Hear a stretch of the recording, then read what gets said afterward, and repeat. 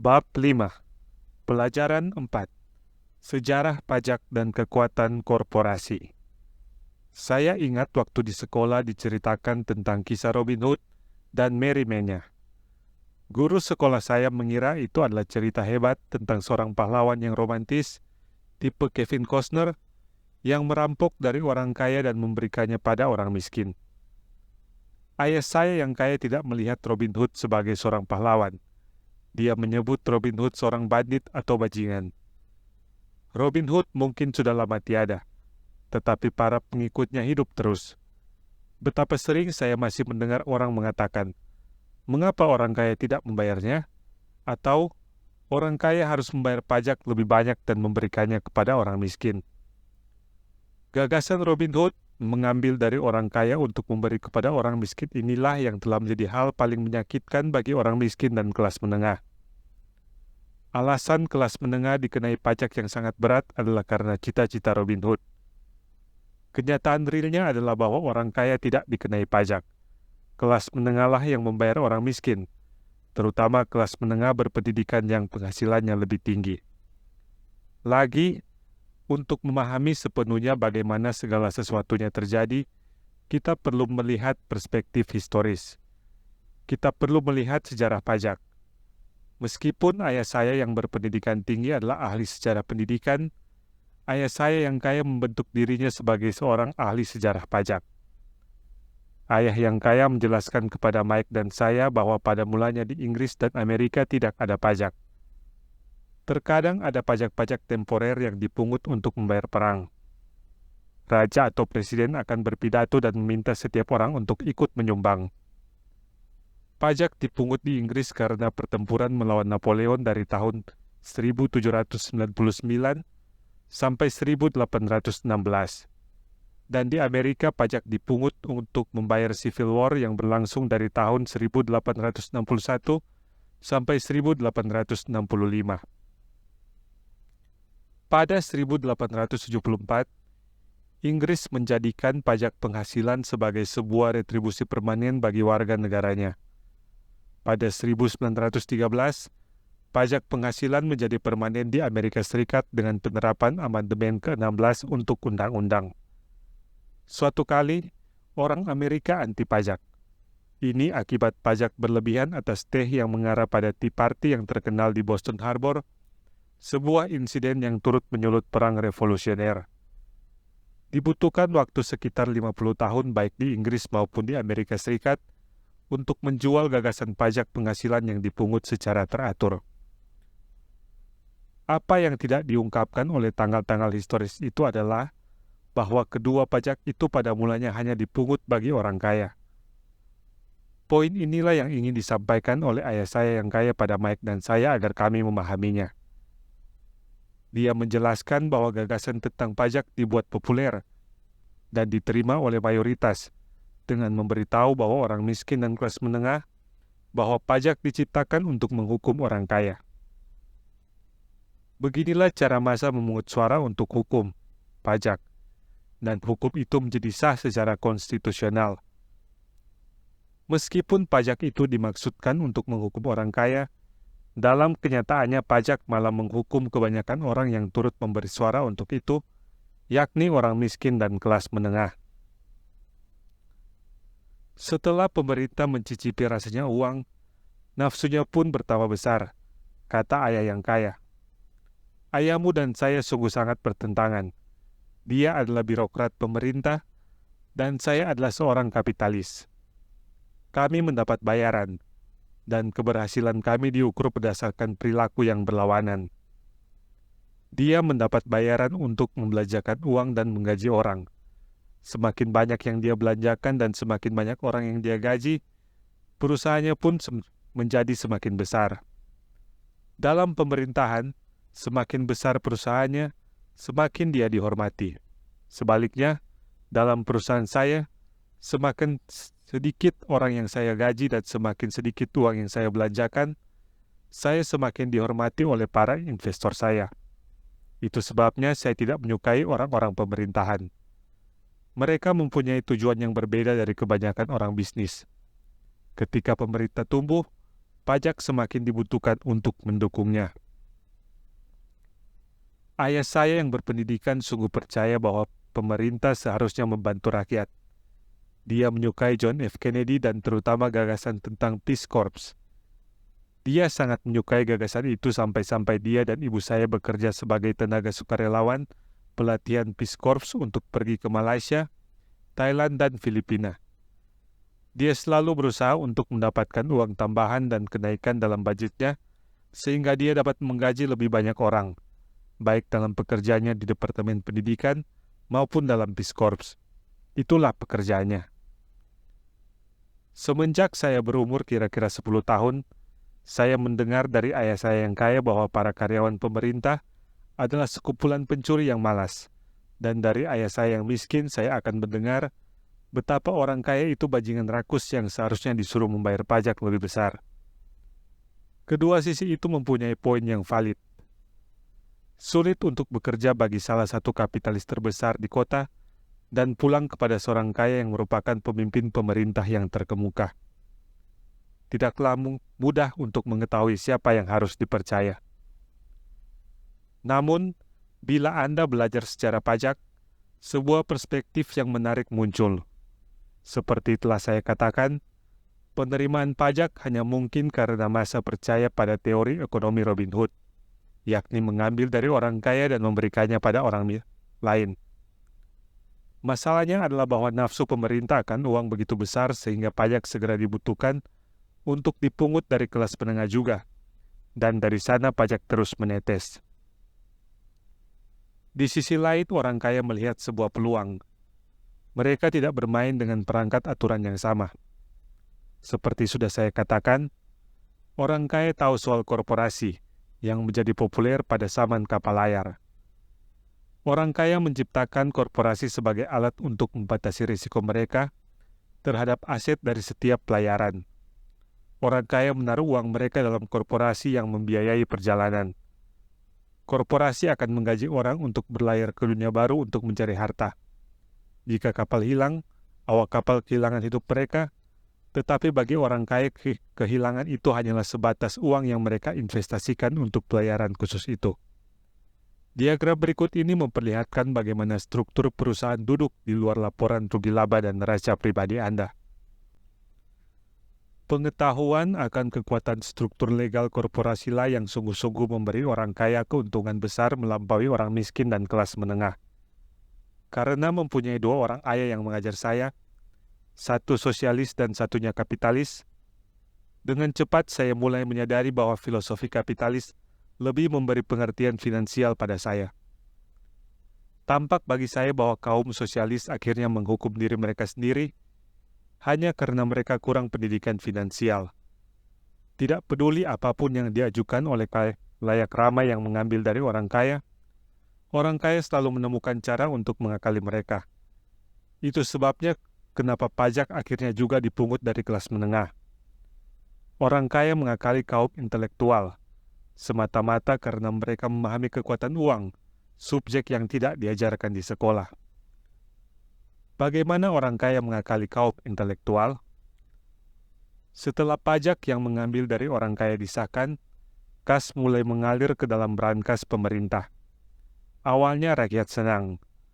Uang telah dibagikan kepada karyawan pemerintah dan orang kaya. Uang itu menjadi milik karyawan pemerintah dalam bentuk pekerjaan dan uang pensiunan. Uang itu menjadi milik orang kaya lewat pabrik-pabrik mereka yang menerima kontrak pemerintah.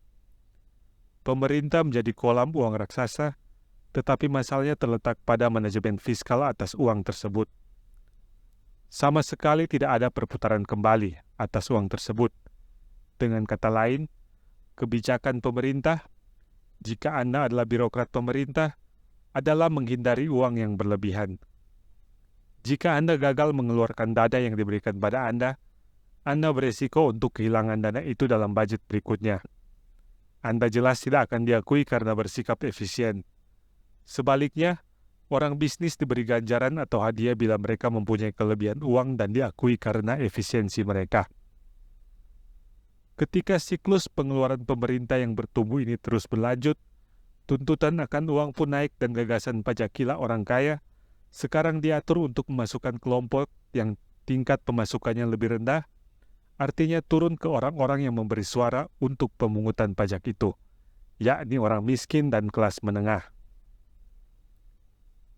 Kapitalis sejati menggunakan pengetahuan finansial mereka untuk menemukan cara agar lolos dari pajak. Mereka kembali pada perlindungan korporasi. Korporasi melindungi orang kaya.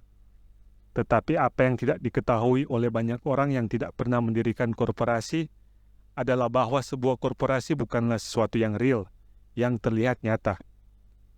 Korporasi hanyalah sebuah file folder, map arsip, dengan beberapa dokumen legal di dalamnya, tertumpuk di suatu kantor pengacara yang terdaftar pada agen pemerintah negara. Ia bukanlah sebuah bangunan besar dengan nama korporasi di atasnya. Ia bukanlah sebuah pabrik atau sekelompok orang. Korporasi hanyalah sebuah dokumen legal yang menciptakan sebuah badan legal tanpa jiwa. Kekayaan orang kaya sekali lagi dilindungi.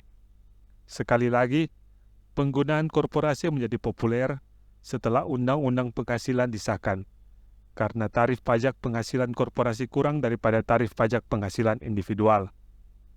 Di samping itu, seperti telah diuraikan, pengeluaran tertentu di dalam korporasi bisa dibayar dengan uang sebelum kena pajak.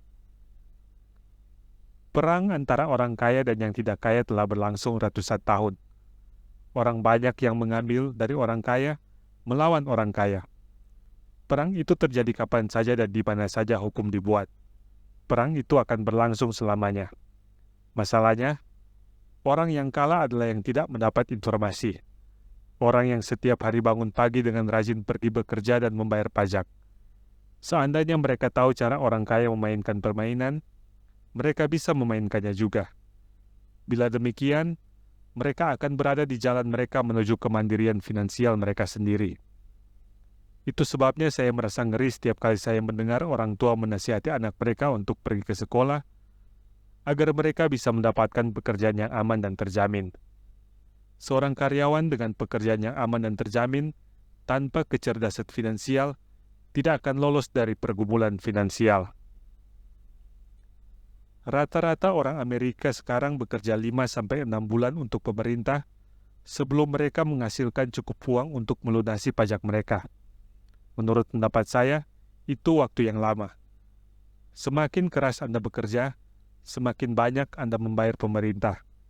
Itu sebabnya saya yakin bahwa gagasan mengambil dari orang kaya berbalik mengenai orang-orang yang menyetujui pemungutan pajak itu.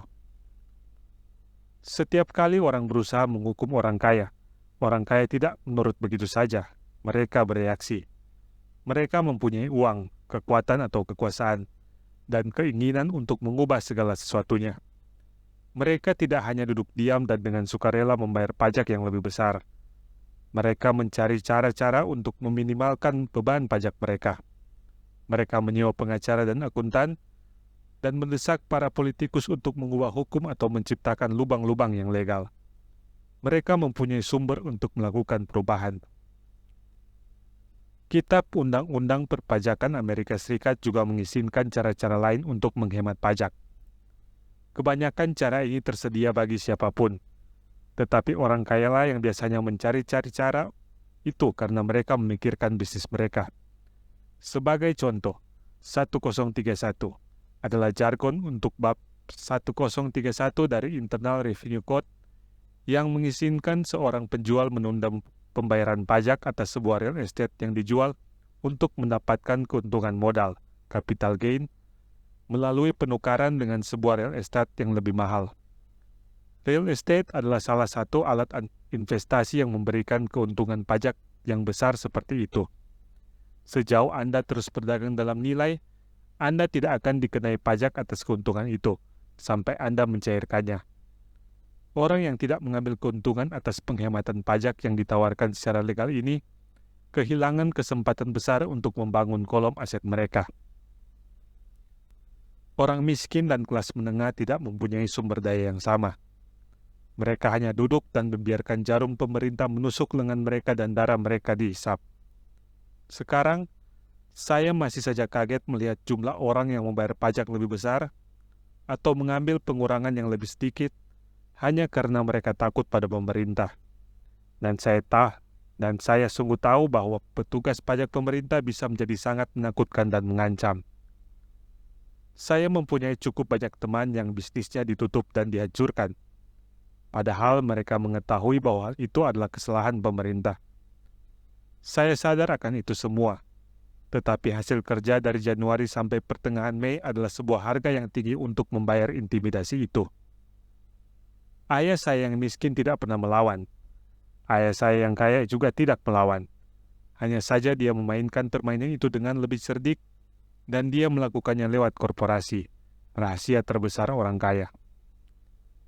Anda mungkin ingat pelajaran pertama yang saya pelajari dari ayah saya yang kaya. Saya seorang bocah berumur 9 tahun yang harus duduk dan menunggu dia untuk memilih berbicara kepada saya. Saya seringkali duduk di kantornya menunggu dia untuk menemui saya. Dia sengaja mengabaikan saya. Dia menginginkan saya untuk mengakui kekuatannya dan menumbuhkan hasrat untuk mempunyai kekuatan itu bagi diri saya sendiri suatu hari nanti. Selama tahun-tahun saya studi dan belajar dari dia selalu mengingatkan saya bahwa pengetahuan adalah kekuatan, power. Dan dengan uang datanglah kekuatan yang lebih besar, yang menuntut pengetahuan yang benar untuk menjaganya dan melipat gandakannya. Tanpa pengetahuan itu, dunia mempermainkan Anda. Ayah yang kaya terus-menerus mengingatkan Mike dan saya bahwa penggertak terbesar bukanlah bos atau supervisor, tetapi petugas pajak. Petugas pajak akan selalu mengambil lebih jika Anda membiarkan dia. Pelajaran pertama tentang mempunyai uang yang bekerja untuk saya, yang dipertentangkan dengan bekerja untuk uang, adalah sungguh-sungguh soal kekuatan, power. Jika Anda bekerja untuk uang, Anda menyerahkan kekuatan itu kepada majikan Anda. Jika uang Anda bekerja untuk Anda memegang kendali dan mengendalikan kekuatan itu. Setelah kami mempunyai pengetahuan tentang kekuatan uang yang bekerja untuk kami, dia menginginkan kami untuk bersikap pandai secara finansial dan tidak membiarkan para penggertak atau penggagu mempermainkan kami. Anda harus mengetahui hukum itu dan bagaimana sistemnya bekerja. Jika Anda bodoh, sangatlah mudah digertak. Jika Anda tahu apa yang Anda bicarakan, Anda mempunyai kesempatan untuk melawan. Itu sebabnya dia membayar begitu banyak untuk angkutan pajak dan pengacara yang pandai. Tapi itu masih lebih murah dibandingkan dengan membayar pemerintah. Pelajaran terbaiknya bagi saya, yang saya gunakan sepanjang hidup saya adalah berpandai-pandailah dan kamu tidak akan terlalu banyak dipermainkan. Dia tahu hukum karena dia adalah warga negara yang patuh pada hukum. Dia tahu hukum karena sangatlah mahal bila tidak mengetahui hukum. Jika kamu tahu kamu benar, kamu tidak takut untuk balik melawan. Bahkan jika Anda menerima Robin Hood dan gerombolan Merry-Men-nya. Ayah saya yang berpendidikan tinggi selalu mendorong saya untuk mencari pekerjaan yang baik dengan korporasi yang kuat. Dia berbicara tentang kebajikan. Berusahalah untuk menaiki tangga perusahaan. Dia tidak mengerti bahwa dengan hanya bersandar pada gaji dari majikan perusahaan, saya akan menjadi sapi jinak untuk diperah. Ketika saya memberitahu ayah saya yang kaya tentang nasihat ayah saya, dia hanya tertawa kecil. Dia hanya mengatakan, mengapa tidak memiliki tangga itu sendiri? Sebagai seorang bocah, saya tidak mengerti apa yang dimaksud ayah yang kaya dengan memiliki korporasi saya sendiri. Itu adalah gagasan yang tampaknya tidak mungkin dan mengintimidasi. Meskipun saya senang dengan gagasan itu, jiwa muda saya tidak akan membiarkan saya memimpikan kemungkinan bahwa setelah dewasa suatu hari saya akan bekerja untuk sebuah perusahaan yang akan menjadi milik saya. Maksud saya, jika bukan karena ayah saya yang kaya, saya mungkin akan mengikuti nasihat ayah saya yang berpendidikan. Itu hanyalah cara mengingatkan dari ayah saya yang kaya yang membuat gagasan untuk memiliki korporasi saya sendiri tetap hidup dan membuat saya tetap berada di jalan yang berbeda. Pada waktu saya berumur 15 atau 16 tahun, saya tahu saya tidak akan terus menjalani jalan yang direkomendasikan oleh ayah saya yang berpendidikan. Saya tidak tahu bagaimana saya akan melakukannya, tetapi saya memutuskan untuk tidak menempuh arah yang diambil oleh kebanyakan teman sekelas saya. Keputusan itu mengubah hidup saya. Saya belum genap berumur 20 tahun ketika nasihat ayah saya yang kaya mulai lebih masuk akal. Saya baru saja meninggalkan Marine Corps dan bekerja untuk Xerox. Saya menghasilkan banyak uang. Tetapi setiap kali saya melihat slip gaji saya selalu kecewa. Potongannya terlalu besar, dan semakin keras saya bekerja, semakin besar pula potongannya. Ketika saya semakin sukses, bos saya bicara soal promosi dan kenaikan gaji. Itu suatu sanjungan, tetapi saya bisa mendengar ayah saya yang kaya bertanya di telinga saya, "Untuk siapa kamu bekerja? Siapa yang kamu buat kaya?" Pada 1974, sewaktu masih karyawan Xerox, saya membentuk korporasi pertama saya dan mulai mengurus bisnis saya sendiri. Sudah ada beberapa aset dalam kolom aset saya, tetapi sekarang saya memutuskan berkonsentrasi untuk membuatnya lebih besar. Slip gaji dengan segala potongannya itu membuat seluruh tahun-tahun yang penuh dengan nasihat ayah saya yang kaya menjadi sangat masuk akal. Saya dapat melihat masa depan jika saya mengikuti nasihat ayah saya yang berpendidikan. Banyak majikan merasa bahwa menasihati karyawan mereka untuk memikirkan bisnis mereka sendiri adalah buruk bagi bisnis. Saya yakin hal itu bisa demikian bagi orang-orang tertentu. Tetapi bagi saya, memfokuskan diri pada bisnis saya sendiri dan mengembangkan aset menjadikan saya karyawan yang lebih baik. Sekarang saya mempunyai tujuan. Saya datang lebih awal dan bekerja lebih rajin, mengumpulkan uang sebanyak mungkin sehingga saya dapat mulai berinvestasi dalam real estate. Hawaii baru saja boom, naik karena pertumbuhan ekonomi yang pesat, dan keuntungan bisa dibuat di sana. Semakin saya sadar bahwa kami dalam tahap awal sebuah boom, semakin banyak mesin Xerox yang saya jual. Semakin banyak saya menjual, semakin banyak uang saya peroleh, dan tentu saja semakin besar potongan gaji saya. Hal itu mendatangkan inspirasi. Saya sungguh-sungguh sangat ingin keluar dari perangkap menjadi karyawan sehingga saya bekerja lebih keras, bukan berkurang. Pada 1978, saya secara konsisten menjadi salah satu dari 5 tenaga penjual paling top, malah seringkali yang nomor 1. Saya sungguh ingin keluar dari perlombaan tikus itu. Dalam waktu kurang dari 3 tahun, saya mendapatkan pemasukan lebih banyak dalam korporasi kecil saya sendiri, yakni holding company real estate, daripada yang saya hasilkan di Xerox. Dan uang yang saya dapatkan dalam kolom aset saya, dalam korporasi saya sendiri, adalah uang yang bekerja bagi saya, dan bukan saya yang mengetuk pintu untuk menjual mesin fotokopi. Nasihat ayah saya yang kaya menjadi semakin masuk akal. Dalam waktu singkat, arus kas dari properti saya menjadi sangat kuat sehingga perusahaan saya membelikan saya mobil Porsche yang pertama. Rekan saya di Xerox mengira saya membelanjakan uang komisi saya. Padahal tidak. Saya menginvestasikan komisi saya dalam aset. Uang saya bekerja keras untuk menghasilkan uang lebih banyak. Setiap dolar dalam kolom aset saya adalah karyawan yang hebat. Bekerja keras untuk menciptakan lebih banyak karyawan dan membelikan bosnya sebuah mobil Porsche baru dengan uang yang belum kena pajak. Saya mulai bekerja lebih keras untuk Xerox. Rencana itu berhasil, dan Porsche saya adalah buktinya. Dengan menggunakan pelajaran-pelajaran yang saya pelajari dari ayah saya yang kaya, saya mampu keluar dari perlombaan tikus itu karena menjadi karyawan pada umur muda. Hal itu mungkin karena pengetahuan finansial yang kokoh yang saya peroleh melalui pelajaran-pelajaran itu.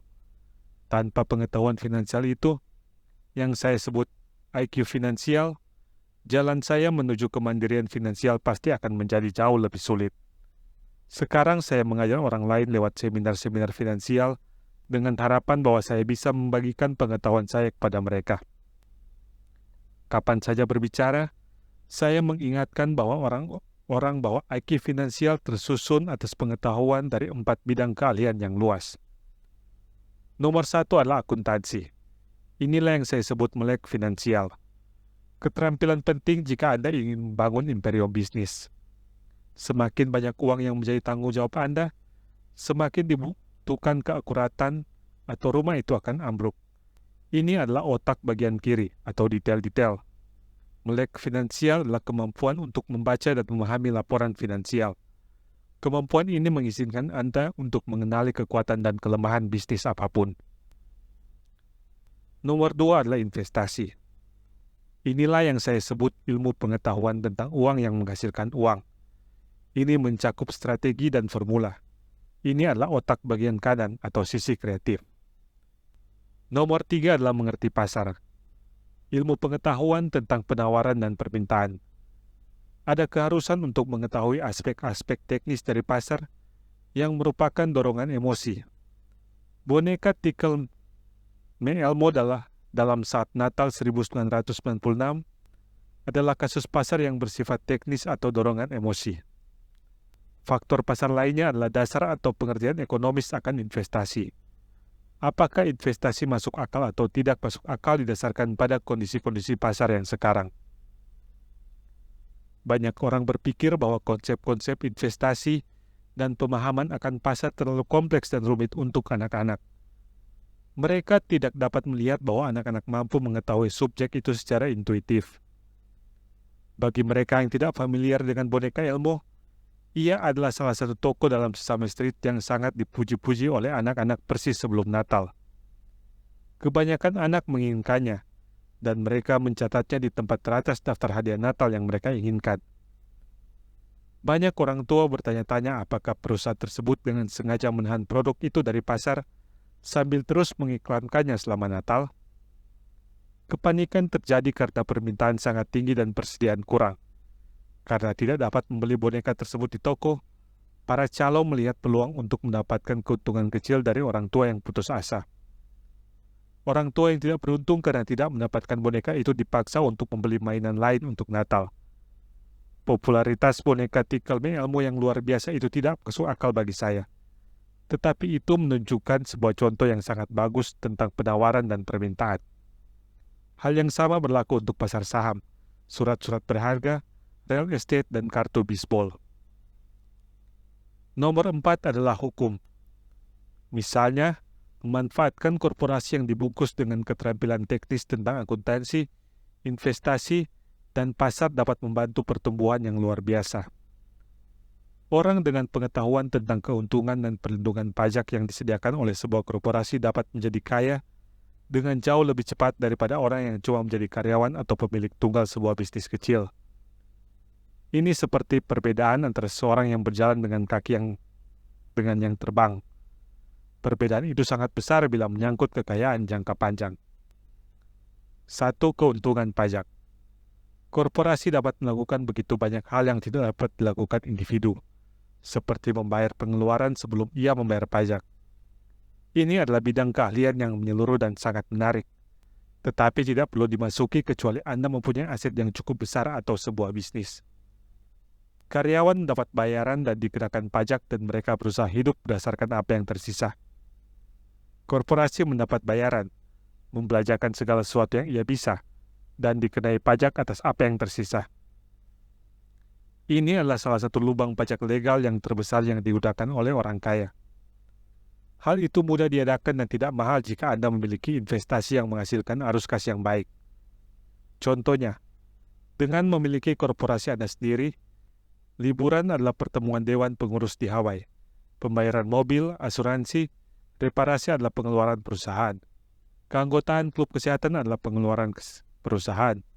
Kebanyakan jamuan makan di restoran adalah pengeluaran tambahan, dan sebagainya dan seterusnya. Tetapi lakukanlah secara legal dengan uang sebelum kena pajak. 2. Perlindungan dari perkara hukum. Kita hidup dalam masyarakat yang mudah menuntut perkara secara hukum. Setiap orang menginginkan contoh tindakan Anda. Orang kaya menyembunyikan banyak kekayaan mereka dengan menggunakan sarana-sarana seperti korporasi dan perseroan untuk melindungi aset mereka dari para kreditur. Ketika orang menggugat individu yang kaya, mereka seringkali menemui lapisan-lapisan perlindungan legal dan sering mendapati bahwa orang kaya sesungguhnya tidak memiliki apapun. Mereka mengendalikan segala sesuatu, tetapi tidak memiliki apapun. Orang miskin dan kelas menengah berusaha untuk memiliki segala sesuatu dan kehilangan hal itu untuk pemerintah atau warga negara sesamanya yang ingin menuntut orang kaya. Mereka belajar hal itu dari kisah Robin Hood, mengambil dari orang kaya, memberi pada orang miskin. Tujuan buku ini bukanlah mendalami seluk-beluk pemilikan korporasi. Tetapi saya akan mengatakan bahwa jika Anda memiliki aset apapun yang sah, saya akan mempertimbangkan untuk mengetahui lebih banyak tentang keuntungan dan perlindungan yang ditawarkan oleh korporasi sesegera mungkin. Ada banyak buku yang ditulis tentang topik yang akan menguraikan keuntungan, dan malah menunjukkan langkah-langkah yang perlu untuk mendirikan korporasi. Buku Think and Grow Rich secara khusus memberikan wawasan yang luar biasa dalam kekuatan korporasi pribadi. IQ finansial sesungguhnya adalah sinergi dari banyak keterampilan dan talenta. Tetapi saya akan mengatakan ini adalah kombinasi 4 keterampilan teknis yang tercantum di atas yang membentuk intelijensi finansial dasar. Jika Anda bercita-cita untuk menjadi kaya raya, kombinasi keterampilan-keterampilan itulah yang akan memperkuat intelijensi finansial seseorang. Ringkasnya, orang kaya dengan perusahaan, 1. mendapat bayaran, 2. membelanjakan, 3. membayar pajak. Orang yang bekerja untuk perusahaan, 1. mendapat bayaran, 2. membayar pajak, 3. membelanjakan. Sebagai bagian strategi finansial Anda secara menyeluruh, kami sangat merekomendasikan untuk memiliki korporasi Anda sendiri yang membungkus aset Anda.